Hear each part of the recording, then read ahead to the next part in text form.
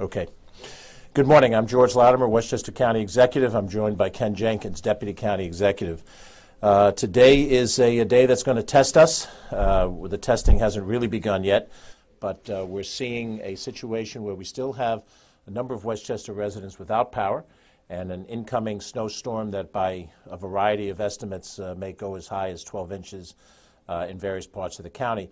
And we will have to respond to the snowstorm in the same fashion that we will be dealing with the residual difficulties of people who are without power.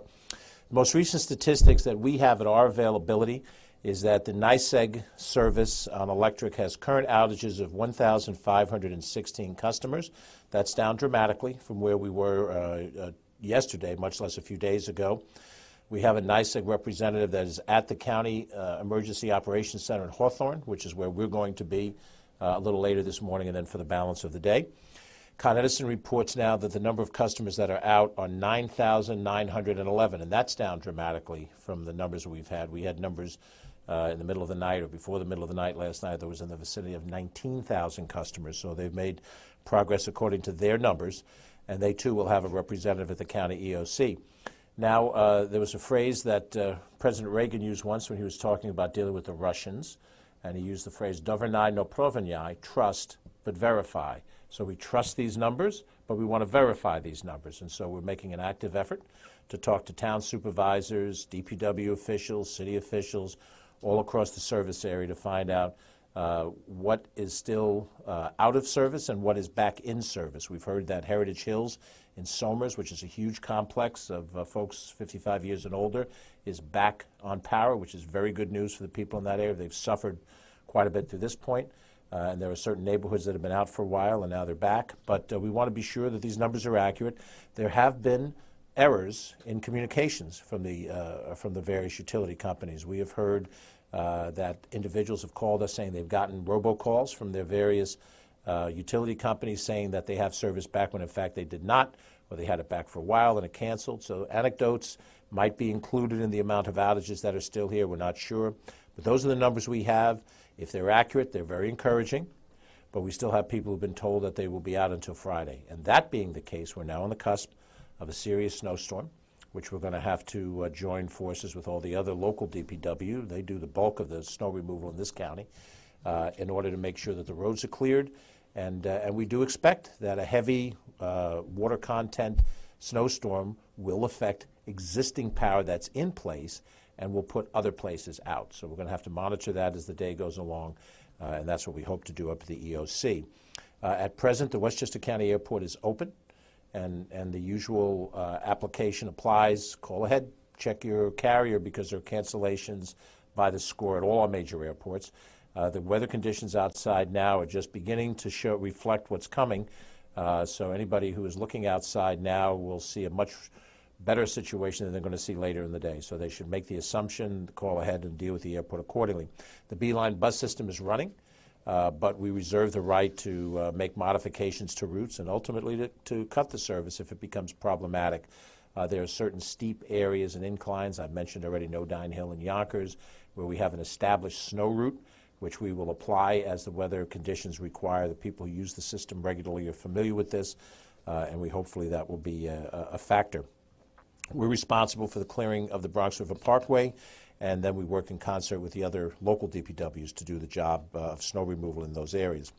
The County Emergency Management Center in Hawthorne is open. As I said, we all plan to be there to interact with the other agencies in the state of New York. States of emergency are still in effect here in Westchester County. We've maintained the order that we put in place on Sunday.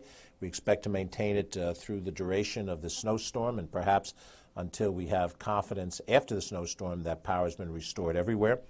Locally, there are states of emergencies in the town of Cortland, the town of North Salem, and the town of Somers. And of course, New York State's order still applies for multiple county regions that Governor Cuomo has put into place.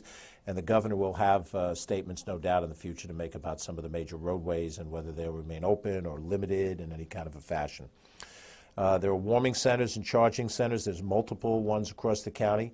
We have opened one at the Westchester County Center. Last night, it was open until 10 p.m. At the time that it closed, there was no one there. So we understand that it's a service available for individuals. Whether they can use it or choose to use it is their option. but it's part of our response to try to make it possible for somebody if that's the case. And there are local ones. I've been to quite a number of them. Ken has been to quite a number of them. They vary in terms of the number of response. As the number of people are back on power, then the universe of people that need the centers are much less. But we'll see what happens as this storm goes through the county. By the way, if you want to find out any of the information relative to the utility web pages, you can go on our website at westchestergov.com, and you'll find a link to the utility pages. You can go right onto the utility pages and look at it itself. We understand there's a cold weather alert that's being issued, which will deal with forecasted temperatures and wind chills at or below 32 degrees for today and the next few days as the day progresses. Wind chills are expected to remain at or below freezing throughout the day. That's the problem. And high winds will start to go into effect.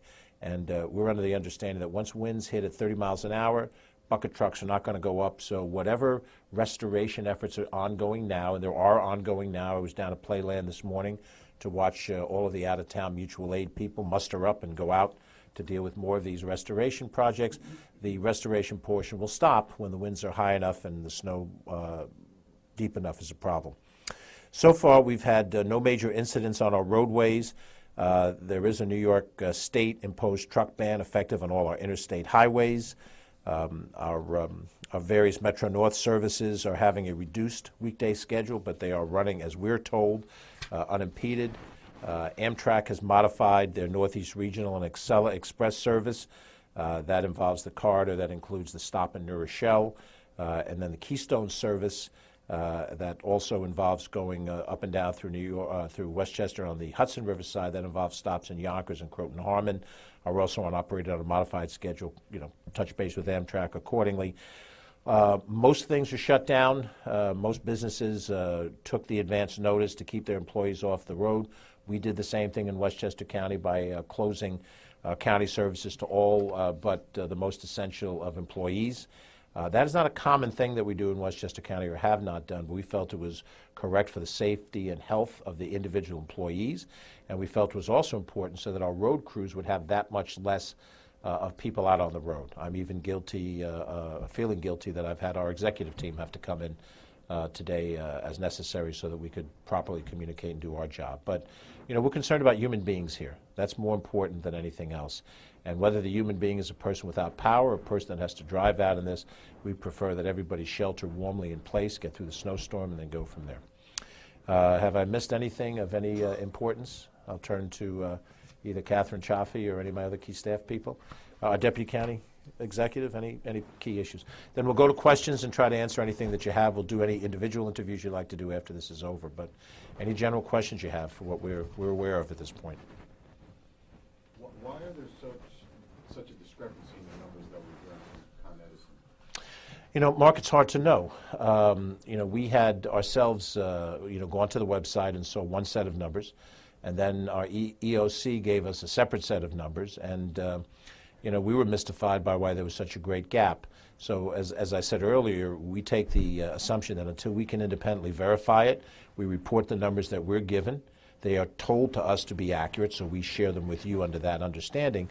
But we also have contact out in the field. Anybody who follows my personal Twitter and Facebook pages, I asked that question earlier today. I said, please let me know, do you have power or not? We're told you get 90% restoration, what's the situation where you live? And of course, that generally elicits the people who don't have power.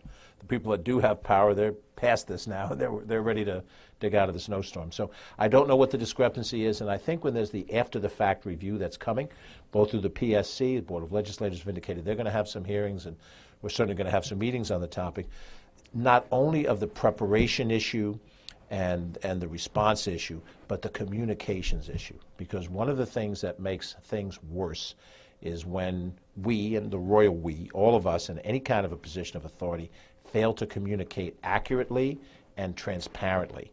And the number of people that have said they have gotten, just as you asked in your question, inaccurate information, sometimes to their benefit, saying, we'll restore your power on Friday, power's already back on, that's okay, or it's going to be back on, or it is back on, and it's not. Those are problems in the communication system that the utility companies have to address. Yes, Tara. NICEAG and Con Ed obviously have been largely criticized for not being as prepared as they should have been for Friday's storm. Talk about insult to injury. Do you think they're better prepared to handle today's storm than they were on Friday? Well, you know, what I suspect is they're better prepared today because they've just been through a crucible, and they understand that, forget government, Westchester residents, and I would say beyond just Westchester residents, Hudson Valley residents, they're watching very carefully what their utility companies are doing. And, you know, many times the elected officials of every level of government, from the governor on down, respond to community outrage. And the communities are outraged, even people who have their power back. You know, they're looking at a situation which didn't have to go on this long, could have been dealt with sooner, and that's the motivation and the anger that the utilities will have to deal with. It'll be manifest through these questions and surveys and testimony and hearings, but it's that core anger, Tara, and you experience, as you go out, I mean, you're a person out in the community, you talk to people in one-on-one situations, you hear how they feel about this. So we're just reflecting in our public comments exactly what we've heard out there, and the lack of confidence in the way the utilities responded the first time makes everybody doubtful. I believe they're ready for this time through because they've gone through this bad experience, but we'll see. And there's no question in my mind that let's say we are in fact at 90% service right now. That's going to go backwards with this storm. It's inevitable that we're going to have snow situations, wind situations. Some of the fixes out there were temporary, you know, where you saw something that needed a structural fix and you couldn't do that, but you did something temporary to get the power back on. And high winds, heavy snow could undo the temporary fix and require you to go back in. So we're not out of the woods by far. And we're just going to have to watch it and monitor it. And that's what we intend to do over the next 24, 48, 72 hours. How many Westchester customers are out at this time? At 8:30 a.m., they said it was 18,000. John, according to the numbers we have here, which I think were accurate as of the top of the hour, we have 1,516 NICEAG outages, customer outages, and 9,911 Con Edison. So if you aggregate the two, for the sake of the county, you're at 11,400 some odd customers, and customers may not be individuals. Obviously, multiple people are affected by that. There may be some group entities that are identified as customers. But with that thought in mind, that number is projected to us as being in the vicinity of 10% of the total customer base. But that's the numbers we have now. And as I said, we hope they're accurate compared to them being inaccurate on the error on the side of there being more. And we are going to try as best as we can to identify whether that's accurate. Their up-to-date website that's updated every 15 minutes is slightly out of date. You know, we went through that. We went through this very challenge this morning, trying to rationalize a couple of set of different numbers, and it can be frustrating. Because, you know, and look, I'm sure the people who are doing the website, they have to get information fed back to them from the field. And but the bottom line is that's what we're going to work on today to try to determine if we know exactly where we are. Because if we don't know exactly what the gross numbers are, how are we going to know the individual situations? And that's really what this story is about. This story is about a woman who has a child right now or a senior citizen father in a home somewhere in this county that's cold. She's not a statistic. She's a human being. How do you know that your numbers... I'm sorry, say it again? When they do the repairs, they take other people down, so that's why the numbers fluctuate. Okay. Ken has just advised me that when they make certain repairs, they have to shut down loops for periods of time. And so there are people that have service that go out of service before they're reestablished on a larger basis. I'm sorry, sir. What I was saying is, how do you know that your numbers are right and that Con Edison's numbers are wrong? The numbers that we have here came from the county emergency operations center. We have people who are on duty at the desk that have verified information from the Con Edison and NICEAG people who were there. I mentioned that if you've been to the Emergency Operations Center, it looks like a big, call center, telemarketing call center with cubicles and phones for different entities. So there's a Con Edison and a NICEAG person there. Their information is that they have and they give us is put into these reports. And what we're noting is that what we have on a website may not agree with this information which we were given directly. And I've said that I can't personally stand by these numbers. I'm reporting what we've been given as the accurate numbers. And, I hope that we're giving accurate numbers. But, we've also had the utility companies make projections that said things would be done by the end of Monday, the end of Tuesday, and those things have been pushed beyond because those estimates were inaccurate. So you're not 100% about this? No, of course not. Of course not. And I think I've said that. Did Con Ed work all night? They didn't suspend Well, I can only tell you what I saw as I was driving around. I saw Con Ed crews. I was in the Con Ed section of the county, and I was out until almost midnight, and I saw Con Ed crews working in certain locations. How much of that all night, I can't tell you. And I can tell you this morning when I did my spin down to Playland, which is in the general neighborhood that I live in, I saw many of the out-of-town crews that had the engines running and were prepared to go back out, and they started to be deployed back out. So there was restoration programs prepared. Tara? Do we have a sense of the total number of trees that were knocked down on Friday's storm? And also right now, we know Yorktown was the ground zero right from Friday. What part of the county do you think is most vulnerable? Well, initially, I mean, Yorktown, Somers, and that ridge over to Pound Ridge, or that area over to Pound Ridge was seen as the worst hit part. North Salem maintains and Cortland maintains their states of emergency along with Somers. So, of course, that's the northern tier of the county. So I would make the assumption they were the worst hit. But this was not a regional hit in Westchester County, as you know. You saw people in Pelham and Larchmont in the beginning of the storm that were knocked out. Downtown Larchmont was out, no power in the core parts of downtown Larchmont. Ditto Pelham, ditto sections of Yonkers. Tom Meyer came on your station and talked about the difficulties Yonkers was having. So there were areas who were hit worse, but everybody was hit at some level. And whoever it is that lives in a particular area, when a tree goes down and it takes out a wire, it can affect a certain number of houses. It may not affect other houses in the neighborhood. So the macro view is the area is good, but there's a bad street or two, and that bad street or two, if they're not addressed, as far as they're concerned, they're out of power and they're unhappy about it. So it's a funny situation in that regard, because we are accustomed to hurricane-related outages, and hurricanes have a certain path, and they don't hit the county equally. The hurricane might come up the coast and affect the Sound Shore commuters, or it might come in from the west and cut a swath across the county. You could be 10 miles away from the swath unaffected. This hit everywhere, and I think that was one of the reasons that made this so bad, is that the utility companies did not anticipate the scope of it. Now, I don't have a tree number for you of how many were down. I've heard numbers that over 1,000 specific incidents occur, whether an incident is a full tree down or just wires are down. But if you think about that, if you're going to address every one of those circumstances, and you start out, 50, 100 trucks, and you've got 1,000 possible places that have to be restored, you can see the scope of how widespread the problems were.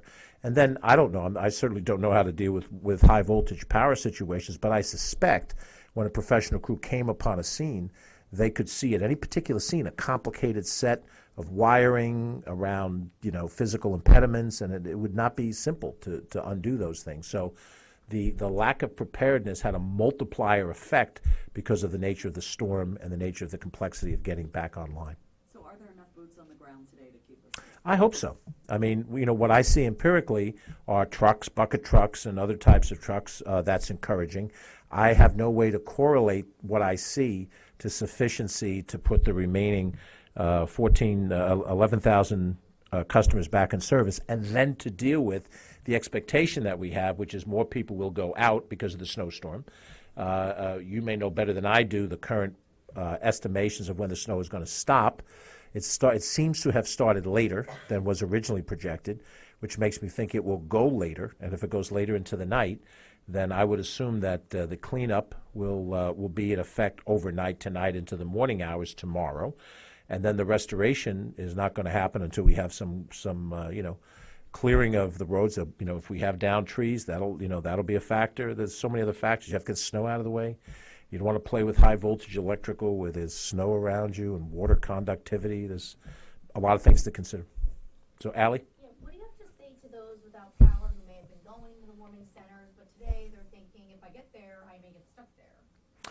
Well, I think one of the problems with folks is that every person's situation is different, so the generic advice comes off sounding like it's, just saying it for the effect of saying it and not really meaning it. The most intelligent advice you give anybody right now, given the fact that we're going into a snowstorm, is shelter with a friend, shelter with a neighbor. If somebody in your neighborhood that you have a certain friendship with has a generator, go there. And if you have a generator and you have the ability to have one of your neighbors with you and you know that they're without power, invite them over. This is the moment in which you have to have this kind of Westchester neighborliness. It's, we're not, everybody is different in what they're comfortable with, but the bottom line is we don't have a systematic place in every community for you to go to for overnight shelter. There's also folks, it's just a matter of preference, who don't choose to go to a warming center. They don't feel comfortable in this kind of community center environment. They're sitting in sort of an open room. It's not the comfort of their home. Well, if you don't have power and it's getting colder, it's not wise to sit in a cold house all day long, whether you have overnight accommodations there or not. It makes sense to sit at the Hergen Hand Center in Armonk. It makes sense to sit at the Morabito Center in Cortland or the VFW Hall in Larchmont and Mamaroneck. And if you really don't want to do it, do it. That's what I would say to them. In the meantime, our job is to make sure that as the snow falls, we remove it as fast as we can so you have mobility. You can't afford to be at your home and can't get to the warming center. That's our job, along with all the local DPWs, and make prudent decisions as best as you can. But this is, and you have every right to be angry, but you still have to act off of practical reality right now, and then that anger will have its proper venting in due time. Other questions? Should we expect any travel restrictions or anything to be imposed by the county today? Well, the governor generally uses his authority to restrict travel, and because he would do it on a regional basis rather than us doing it on a local basis, we defer to see how the governor may want to handle travel on our interstate system. If he decides to shut down, for the sake of this discussion, 95, 87, 287, then significant travel is going to be restricted. We're going to take a hard look at the Bronx River Parkway. We usually close it oftentimes because of flooding issues, and this certainly could be one of those days where the snow and the water content could cause us to do that, Mark. And then, of course, we're going to deal with what's actually happening in nature. Mother Nature may decide to close any number of roads because of what happens to trees and areas in that area. You'll see that reflected in what we do with our Beeline bus system, because as roads become impassable, if that's what we think is going to happen today, then we shut the Beeline bus system down first, and then we'll deal with what roadways we have control over. Can you just finally just sum up how dangerous this storm can be and what your final message is to Westchester County residents? Well, if we're going to deal with a 10, 12-inch snowstorm, mobility is going to be limited. At this moment, as we're having this conversation before the hour of 10, mobility is still possible. So make prudent decisions right now. Don't put it off to 2 o'clock in the afternoon. By 2 o'clock in the afternoon, you may not have the option to go from where you are now to some other place. If you're unsure of what's available to you, call your local police department or whatever municipality you live in. They will know if there's a warming center. They'll know what's near and proximate to you. And don't let anything get in the way of making the decisions that's in your personal best interest, because by 2 o'clock, 3 o'clock, 4 o'clock, according to what we understand, we're going to be relatively immobilized by the snow. We'll deal with it professionally, but you may have lost your options and you may be in a cold household for that point in time through the night. And if that's not in your best interest, don't wait until then. Act now. And don't stay in the car. Yeah. Oh, and yes, absolutely. Don't use your car as shelter. It's inadequate shelter from cold. You turn it on, you have the potential of carbon monoxide fumes. You will run out of gas at some point in time.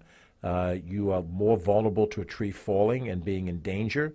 A car is not an appropriate place of shelter.